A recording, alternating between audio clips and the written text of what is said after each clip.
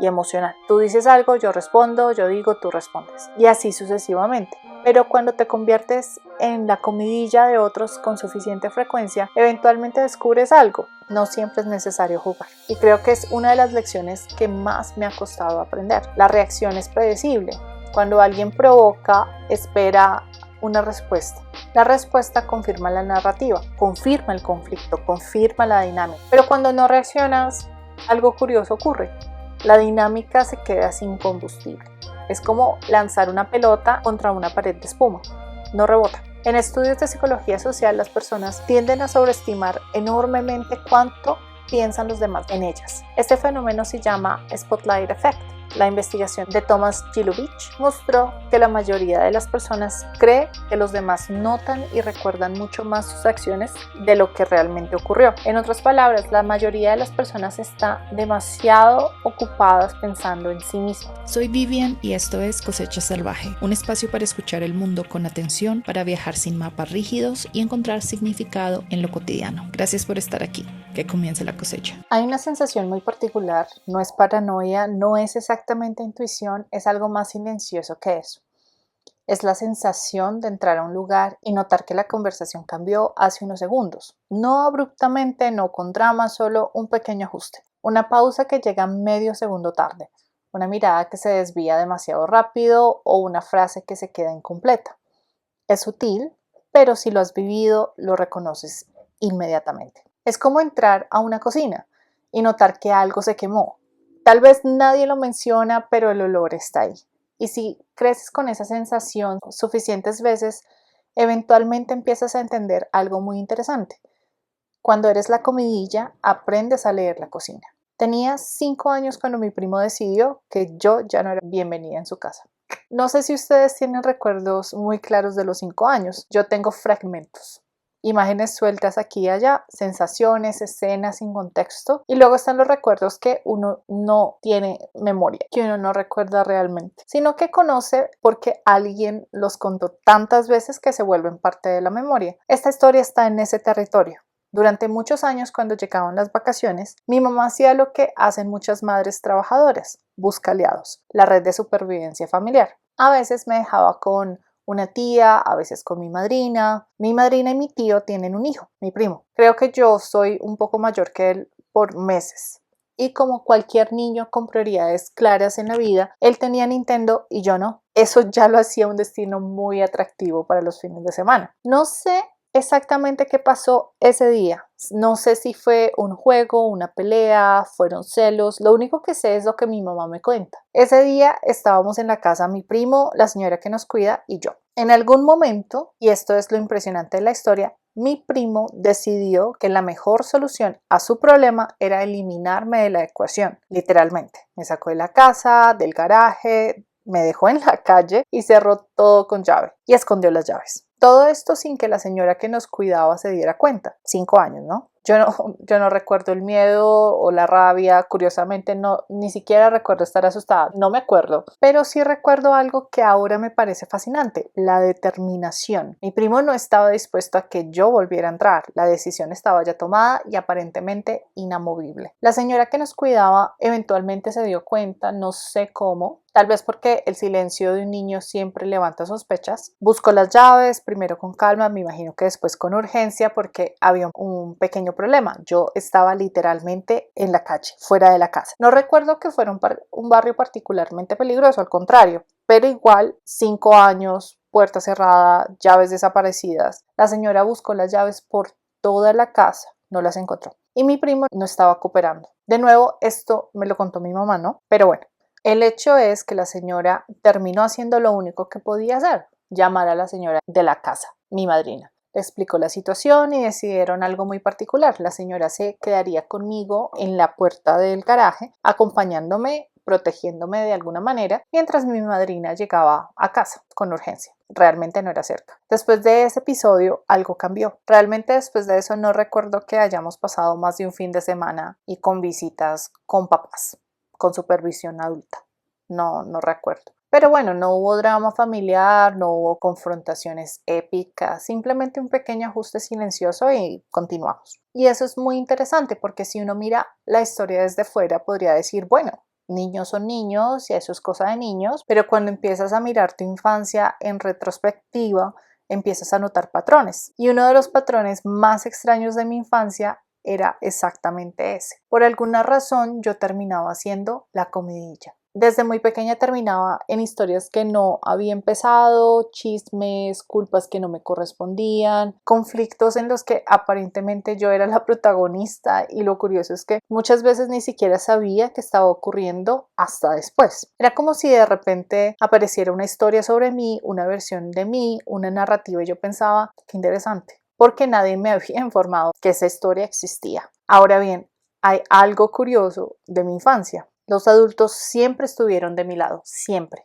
Mi mamá, mis tías, los clientes de mi mamá. De hecho, muchos de los clientes de mi mamá terminaron siendo algo así como padrinos temporales. En general, los adultos me entendían bastante bien. El problema eran los niños, los de mi edad. Me cuenta mi mamá que en el jardín, en prekinder, había una niña, no recuerdo nada, su nombre ni nada, pero había un patrón. Durante un tiempo llegaba a casa con un nuevo accesorio, un moretón, el pelo despeinado, un cuaderno roto, un lápiz roto. Mi mamá lo empezó a notar porque esto realmente no parecía accidental. Así que hizo lo que los adultos responsables suelen hacer. Fue al colegio, habló con los profesores, explicó la situación. El colegio no solucionó nada. Y como no solucionaron nada, y después de que llegara con la cara aruñada, mi mamá tomó una decisión que cambió algo en mí. Me dio permiso para defenderme. Algo se desbloqueó ese día. La siguiente vez que esa bully intentó el tratamiento habitual, aparentemente, esto me lo cuentan, estábamos en el salón, yo en mi pupitre, ella detrás, intentó pegarme otra vez y algo ocurrió. Aparentemente me levanté como un toro, la saqué del pupitre, la puse en el suelo, me senté encima y le pegué hasta que me cansé. Dice mi mamá que mientras ocurría todo esto, yo repetía una frase: déjame en paz, una y otra vez. Y santo remedio. Obviamente la bully nunca volvió a molestarme, pero por supuesto llamaron a mi mamá porque aparentemente yo era la violenta, a pesar de que mi mamá había ido muchos días antes a quejarse de los moretones. Intentaron sancionarme, sí, pero había un pequeño detalle. Los moretones, el rasguño y todo eran evidencia de que el problema realmente no estaba acá. Y mi mamá explicó la situación y realmente no pudieron hacer mucho. Fue la primera y la única pelea física que he tenido en la vida. Nunca realmente me han gustado las peleas, me parecen tontas. Ahora, mientras la mayoría de la gente piensa en ganar la pelea, yo siempre pienso en lo que viene después: el dolor, el hueso roto, el moretón, las consecuencias. Las peleas siempre me han parecido un negocio demasiado malo. Yo no considero que haya tenido una infancia muy mala, para nada, pero sí fue muy solitaria. Siendo hija única de madre trabajadora, siempre hubo nanas, personas que cuidaban de mí mientras mi mamá trabajaba. A veces me llevaba a la oficina, pero no era lo ideal. Así que durante varios años mi mamá encontró una solución creativa: los hermanos. Pasaba muchas vacaciones en casa de mis tíos, una especie de sistema rotativo. Funcionó más o menos. Ya sabemos cómo terminó la primera opción. Así que tocó probar la siguiente: la casa de mi tía mayor.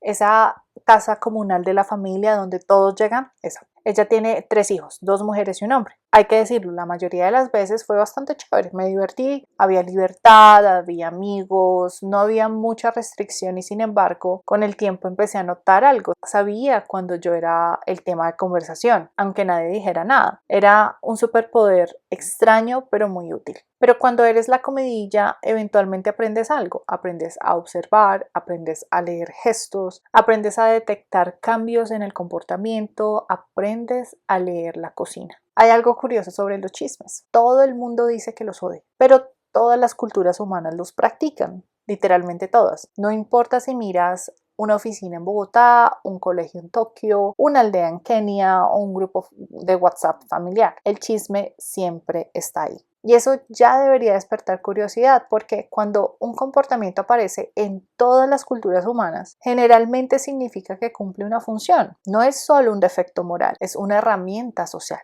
El problema es que cuando eres niño y te conviertes en la comidilla del grupo, no lo experimentas como una herramienta social, lo experimentas como un misterio, ese ¿por qué yo? Existe un concepto psicológico muy antiguo para describir este fenómeno, el chivo expiatorio. La idea aparece en textos religiosos muy antiguos, por ejemplo, en el ritual descrito en Levítico, en la tradición hebrea. El ritual era simple. Una comunidad simbólicamente cargaba sus pecados sobre un animal. Luego ese animal era expulsado al desierto. La lógica era clara. Si alguien debe cargar con la culpa colectiva, que sea uno, no todos. El término fue adaptado por la psicología moderna para describir algo muy parecido. En muchos grupos humanos, cuando hay tensión, frustración o inseguridad, el grupo selecciona, consciente o inconscientemente, a una persona para absorber la negatividad colectiva.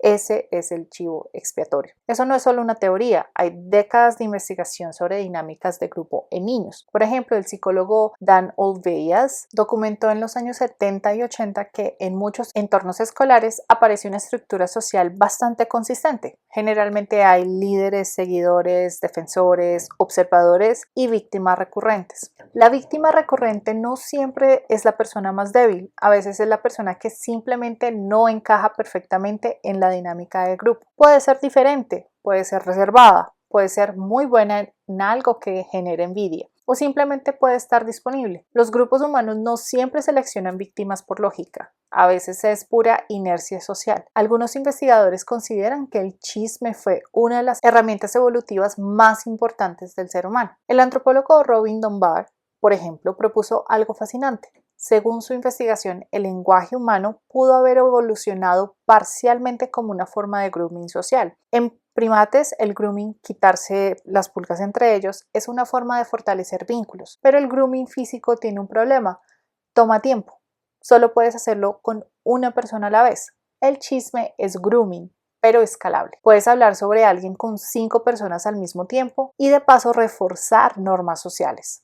Pero toda herramienta social tiene un lado oscuro. El chisme no solo crea cohesión, también crea exclusión. Porque cada vez que un grupo habla sobre alguien que no está presente, está construyendo una narrativa. Y esa narrativa puede volverse realidad social. Esto se conoce en sociología como profecía autocumplida. El sociólogo Robert K. Merton describió este fenómeno en 1948. Una definición simple sería: si suficientes personas creen algo sobre ti, eventualmente empiezan a tratarte como si fuera cierto. Y ese trato puede empujarte a comportarte de maneras que refuercen la narrativa original. Cuando eres niño no tienes esos marcos conceptuales, no sabes de sociología ni de antropología, no sabes de dinámicas de grupos, solo sabes que algo raro está pasando, que de alguna manera tu nombre aparece en conversaciones donde tú no estás, que algunas personas te miran raro, que otras te evitan, que otras te culpan de cosas. Y entonces empiezas a hacer lo que todos los humanos hacen cuando algo no tiene sentido. Empiezas a observar. Mi superpoder más extraño no apareció de la nada, se entrenó con los años. La capacidad de detectar cuando soy el tema de conversación de otras personas. Cambios mínimos, un silencio extraño, un gesto, un comentario que llega con demasiado contexto. Es como aprender un idioma que nadie te enseñó, pero que empiezas a reconocer por repetición. ¿Sabías que los humanos somos extraordinariamente buenos detectando microcambios sociales? La psicóloga Nalini Ambady demostró que las personas pueden formar impresiones sorprendentemente precisas sobre otras personas con apenas segundos de observación. Esto se conoce como thin slicing. Nuestro cerebro es increíblemente eficiente detectando patrones sociales, especialmente cuando nuestra supervivencia social depende de ello. En algún momento de mi adolescencia ocurrió algo interesante. Dejé de sentirme atacada y empecé a sentir curiosidad. Porque si había chisme sobre mí, entonces pues había información y si había información, podría estudiarla. Así que adopté una pequeña filosofía. Cada vez que alguien se acercaba a contarme un chisme de mí, yo respondía con algo muy simple: cuéntame. Porque obviamente ustedes saben mejor esa historia que yo. Y aquí ocurrió un pequeño cambio mental. El chisme dejó de ser un ataque y empezó a convertirse en inteligencia estratégica, porque cada rumor contiene información sobre el grupo, sobre las inseguridades de las personas, sobre lo que está pasando debajo de la superficie. Y si alguien habla de ti con suficiente frecuencia, eventualmente empiezas a entender cómo funciona la cocina. Las cocinas tienen algo interesante. Desde afuera solo ves el plato terminado, pero dentro de la cocina hay caos, ingredientes, errores, cambios de última hora, platos que se queman, recetas, recetas improvisadas. Las dinámicas sociales funcionan exactamente igual. Cuando eres la comidilla no ves solo el plato final, ves la cocina. Cuando empiezas a ver la cocina, algo cambia. Dejas de tomar todo de manera personal porque empiezas a notar algo fascinante. La mayoría de las historias que las personas cuentan sobre otros en realidad hablan más sobre ellas mismas, sus miedos, sus inseguridades, sus frustraciones, la comidilla. Hay algo curioso que ocurre en muchos grupos humanos. Algunas personas no solo participan en la dinámica de grupo, se convierten en una especie de pantalla, una superficie sobre la cual otras personas proyectan sus cosas, sus suposiciones, sus inseguridades, sus historias. Y muchas veces la persona que está siendo proyectada ni siquiera sabe qué está ocurriendo, porque el fenómeno no empieza con ella, empieza en la mente de los demás. Existe un término muy específico para este mecanismo: proyección. El concepto aparece inicialmente en el psicoanálisis. Sigmund Freud fue uno de los primeros en describirlo. La idea es relativamente simple. Las personas a veces atribuyen a otros emociones o características que en realidad existen dentro de ellas mismas, el famoso espejo. Por ejemplo, una persona muy insegura puede percibir arrogancia en otros. Una persona muy competitiva puede interpretar neutralidad como hostilidad. La mente humana es extraordinariamente creativa cuando se trata de defender su identidad. Jung, quien tenía una relación complicada con Freud, llevó el concepto aún más lejos. La proyección no era solo un mecanismo de defensa, era una característica estructural de la psique humana. Según Jung, todos tenemos lo que él llamó la sombra, las partes de nosotros mismos que no encajan con la identidad que queremos tener. Tal vez es agresividad o envidia, tal vez es ambición o vulnerabilidad, y muchas veces en lugar de reconocer esas partes las vemos en otras personas. ¿Sabían que los estudios sobre percepción social muestran que las personas tienden a asumir que los demás piensan de forma similar a ellas? Este fenómeno se llama false consensus, el efecto del falso consenso. Si tú eres muy competitivo, es más probable que asumas que todos los demás también lo son. Si tú eres muy desconfiado, es más probable que interpretes las acciones de otros como manipuladoras. En otras palabras, muchas veces creemos estar describiendo a otra persona y en realidad estamos describiéndonos a nosotros mismos. Cuando creces siendo la comidilla de otros, empiezas a notar estas cosas, empiezas a ver patrones. Por ejemplo, te das cuenta de que dos personas pueden contar historias completamente diferentes sobre ti, historias incompatibles. Para una persona eres arrogante, para otra persona eres tímido, para una persona eres frío, para otra persona eres demasiado intenso. Y en algún momento ocurre un pequeño momento de claridad. Tal vez ninguna de esas historias son realmente sobre ti. Las experiencias sociales difíciles a veces producen algo curioso. No siempre producen resentimiento, a veces producen observadores, porque desarrollan una capacidad muy afinada para leer dinámicas humanas. La doctora Elaine Aron describió algo relacionado en su investigación sobre personas altamente sensibles. Estas personas procesan estímulos sociales de manera más profunda, detectan matices, cambios de tonos, ambientes emocionales. No necesariamente es una debilidad, a veces es una forma distinta de inteligencia. Algunos estudios sugieren que las personas que han experimentado exclusión social desarrollan una mayor capacidad para detectar señales sociales. Investigaciones en psicología social muestran que después de experiencias de rechazo, las personas se vuelven más atentas a microexpresiones y señales emocionales. El cerebro se adapta. Tarde en mi adolescencia y mi adultez ya había entendido algo. No podía controlar lo que otras personas decían, pero sí podía controlar cómo respondía. Podía pelear, podía defenderme, podía intentar corregir cada historia o podía hacer algo más interesante. Podía observar. Así que tomé una decisión muy simple. Si había rumores sobre mí, los iba a tratar como información, no como ataques. Información, porque cada rumor dice algo sobre el ecosistema social, sobre quién se siente amenazado, sobre quién busca aliados, sobre quién necesita una historia para explicar algo. Y aquí aparece algo curioso. Las personas que creen que están hablando a tus espaldas muchas veces están revelando cosas sobre sí mismas, sus inseguridades, sus expectativas, sus prioridades. Si sabes escuchar, es información. extraordinariamente valiosa. Hay una pequeña ironía en todo esto. Las personas que hablan mucho sobre otros generalmente creen que están controlando la narrativa, pero en realidad están revelando su propio guión. Es como un escritor que intenta describir a un personaje y termina describiéndose a sí mismo. Muchas personas que crecen ligeramente fuera del grupo terminan desarrollando una ventaja curiosa. Ven cosas que los demás no ven, porque cuando estás completamente integrado en un sistema es muy difícil verlo. Es como intentar estudiar el océano mientras estás nadando en él, pero cuando estás un poco en la orilla puedes observar las corrientes. Con el tiempo entendí algo. Ser la comidilla no era necesariamente una maldición, era una posición interesante desde la cual observar, porque cuando muchas personas hablan sobre ti, terminas aprendiendo algo. Aprendes a anticipar movimientos, aprendes a detectar tensiones, aprendes a entender cómo funcionan los sistemas humanos, aprendes a leer la cocina. ¿Qué ocurre cuando pasas suficiente tiempo observando dinámicas humanas? Empiezas a notar que muchas personas viven en modo reacción. Alguien dice algo, reaccionan. Alguien critica, reaccionan. Alguien inventa una historia, reaccionan. La mayor parte de las interacciones sociales funcionan así, una especie de ping-pong social y emocional. Tú dices algo, yo respondo, yo digo, tú respondes. Y así sucesivamente. Pero cuando te conviertes en la comidilla de otros con suficiente frecuencia, eventualmente descubres algo. No siempre es necesario jugar. Y creo que es una de las lecciones que más me ha costado aprender. La reacción es predecible.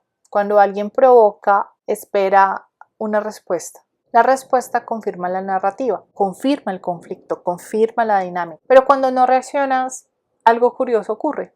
La dinámica se queda sin combustible. Es como lanzar una pelota contra una pared de espuma. No rebota. En estudios de psicología social, las personas tienden a sobreestimar enormemente cuánto piensan los demás en ellas. Este fenómeno se llama Spotlight Effect. La investigación de Thomas Gilovich mostró que la mayoría de las personas cree que los demás notan y recuerdan mucho más sus acciones de lo que realmente ocurrió. En otras palabras, la mayoría de las personas está demasiado ocupadas pensando en sí mismas. En algún momento entendí algo muy útil. No todas las dinámicas sociales merecen participación. Algunas dinámicas simplemente merecen distancia. Esto no es cobardía, no es indiferencia, es elección. Es selección. Elegir en qué conversaciones vale la pena invertir energía. Cuando eres adulto y empiezas a mirar los sistemas sociales, empiezas a notar que el chisme no desaparece. Jamás. Solo cambia de forma. En el colegio lo llamamos bullying, en la universidad rumores, en el trabajo política. Pero el mecanismo es exactamente el mismo. Personas tratando de posicionarse dentro de un sistema, buscando aliados, validación, historias. Varios estudios organizacionales muestran que el chisme en entornos laborales puede cumplir funciones tanto negativas como positivas. Por ejemplo, investigaciones de Giuseppe LaBianca sugieren que el chisme también puede ayudar a transmitir normas sociales dentro de los grupos. En otras palabras, el chisme también es una forma de regular comportamientos. La diferencia más grande no fue lo que decían de mí, fue mi actitud frente a eso. La transición de dejar de sentirme atacada a tomar notas hizo toda la diferencia. Los cambios de comportamiento a tu alrededor son información. Un silencio extraño, una mirada que dura un poco más, una conversación que cambia de tema. Todo es información. No necesariamente información sobre ti, pero sí sobre el sistema. Cuando entiendes cómo funciona, puedes hacer varias cosas. Puedes protegerte, puedes retirarte sin hacer ruido, o si es necesario, puedes responder, pero de una forma mucho más sofisticada que levantar la voz o comprar pelea. En estudios sobre inteligencia social, una de las habilidades más valoradas no es persuadir, sino anticipar. Las personas con alta inteligencia social tienden a detectar patrones antes que los demás.